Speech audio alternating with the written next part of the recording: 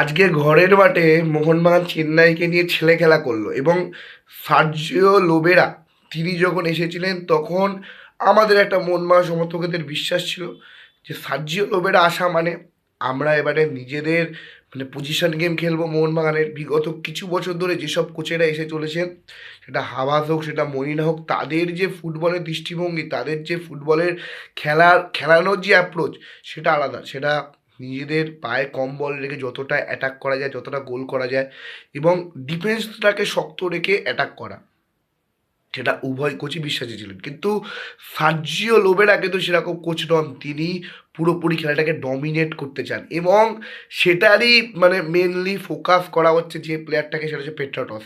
একদম classic number 10 পজিশনে খেলে যে খেলাটা খেলছে পেট্রাটস, এবার আমরা অন্য পেট্রাটসকে দেখতে চলেছি এবং থাপার সুবাসিসের অ্যাসিস্ট নিয়ে কোনো কথা হবে না। জয় মোহনবাগান।